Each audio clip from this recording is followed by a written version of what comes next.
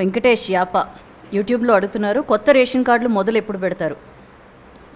Election అయిపోతాయండి, ఈ code అయిపోతేనే ration cards ఇస్తాం. రేషన్ కార్డ్స్ నిరంతర ప్రక్రియ. నేను రేషన్ కార్డు ఒక కట్ ఆఫ్ డేట్కి ఇచ్చేది లేదు. నేను స్పష్టంగా చెప్తాను, రేషన్ కార్డు అనేది వాళ్ళ ఐడెంటిటీ, వాళ్ళకి ఇవ్వడానికి ప్రాబ్లం ఏముంది. కాకపోతే ఇక్కడ రెండు డిఫరెన్స్ చేసేస్తాను. రాజీవ్ ఆరోగ్యశ్రీ కోసమే చాలామంది అడుగుతారు. ఆరోగ్యం అనేది ప్రతి వాడికి ఇచ్చడానికి ఆరోగ్య భద్రత కార్డే, ఆరోగ్యశ్రీ కార్డు సపరేట్ చేసేస్తాను. రేషన్ కోసం ఇచ్చేవాళ్ళు రేషన్ తీసుకునేటోళ్ళనే రేషన్ కార్డు తీసుకోమని అప్పీల్ చేస్తాను. మేము ఏది తొలగించేది లేదు, ఎవరిని ఇబ్బంది పెట్టేది లేదు, మేము అప్పీల్ చేస్తాం అంతే. అన్నీ కంప్యూటరైజ్ చేస్తాం, ఓవర్లాప్ కాకుండా. హరిప్రసాద్ ఒకటి అడుగుతున్నారు, ప్రైవేట్ విద్యా సంస్థల దోపిడీ చాలా ఇంపార్టెంట్ ఇష్యూ కూడా ఇది. ప్రతి సంవత్సరం స్కూల్ స్టార్ట్ అయ్యే ముందు స్కూల్ ఫీజులు అడ్డగోలుగా, దీని మీద ఏదైనా ఒక యాక్షన్ ప్లాన్ ఉందా గవర్నమెంట్? డెఫినెట్గా దాన్ని చేయాల్సింది. సిలబస్ విషయంలో, ఫీ రెగ్యులేషన్ స్ట్రక్చర్ విషయంలో ఆల్రెడీ కొన్ని సుప్రీంకోర్టు గైడ్లైన్స్, కొన్ని చట్టాలు ఉన్నాయి. రైట్ టు ఎడ్యుకేషన్ యాక్ట్ కూడా ఇంప్లిమెంట్ చేసేది ఉన్నది.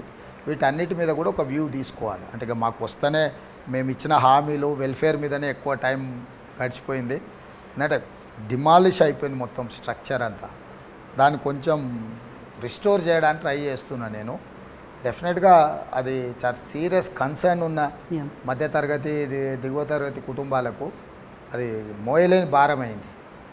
దాని మీద ఏమంటారు, మానవత్వంతో మనము వ్యవహారం చేయాల్సిన అవసరం ఉంది. డెఫినెట్గా చేస్తాం. పార్లమెంట్ ఎలక్షన్ల తర్వాత, అంటే ఇప్పుడు బిజీ ఉన్నారు, మీ ప్రయారిటీస్ ఏంటి? వెల్ఫేర్ అండ్ తర్వాత డెవలప్మెంట్. మీరు ఆ పరిపాలనలోకి వస్తారు కాబట్టి ఆ పరిపాలనలో అంటే రకరకాల ఇష్యూస్ ఉన్నాయి. గత ప్రభుత్వంలో జరిగిన అవకతవకలు ఉన్నాయి, తర్వాత మీరు చేయాల్సి ఉన్నాయి. అట్లా మీరు ప్రయారిటీ ఏమన్నా అనుకున్నారా? అది ఎట్లా ఉంటుంది? డెఫినెట్గా వెల్ఫేర్ అండ్ డెవలప్మెంట్ రెండు కళ్ళ లాంటివి. వాటి రెండింటి మీద ఎక్కువ ఫోకస్ పెడతా. ఇవి చేసే క్రమంలో తప్పులు మా దృష్టికి వచ్చిన వాటిని ఏ రకంగా పరిష్కరించాలి. ఇప్పటికైతే మనం ఇరిగేషన్ మీద వచ్చింది ఒక జ్యుడిషియల్ ఎంక్వైరీ చేసినాం, పవర్ సెక్టార్లో వచ్చింది ఒక జ్యుడిషియల్ ఎంక్వైరీ చేసినాం, మిగతా దాంట్లో వచ్చినాక విజిలెన్స్ అండ్ ఎన్ఫోర్స్మెంట్కి ఆదేశాలు ఇచ్చినాం. అవినీతి బాగా పెరిగిపోయిన కాడ ఏసీబోలు ఆల్రెడీ కొంత వాళ్ళ బాధ్యత వాళ్ళు నెరవేరుస్తుండ్రు. నేను అనేది ఏంటంటే, ఈ ప్రభుత్వాన్ని మంచి పరిపాలన అందించడానికి ఏర్పాటు చేసిన సంస్థలను అన్నిటిని కూడా పని చేయనిస్తాను. అది విజిలెన్స్ అండ్ ఎన్ఫోర్స్మెంట్ కావచ్చు, ఏసీబీ కావచ్చు, లేకపోతే మిగతా సంస్థలు ఏవైతే ఉన్నాయో జ్యుడిషియల్ ఎంక్వైరీ ఇట్లాంటి ఇష్యూస్లో కావచ్చు, గవర్నమెంట్లో ఉండే మిగతా విభాగాలు ఏవైతే ఉన్నాయో అన్ని విభాగాలను యాక్టివేట్ చేసి పని చేపిస్తా.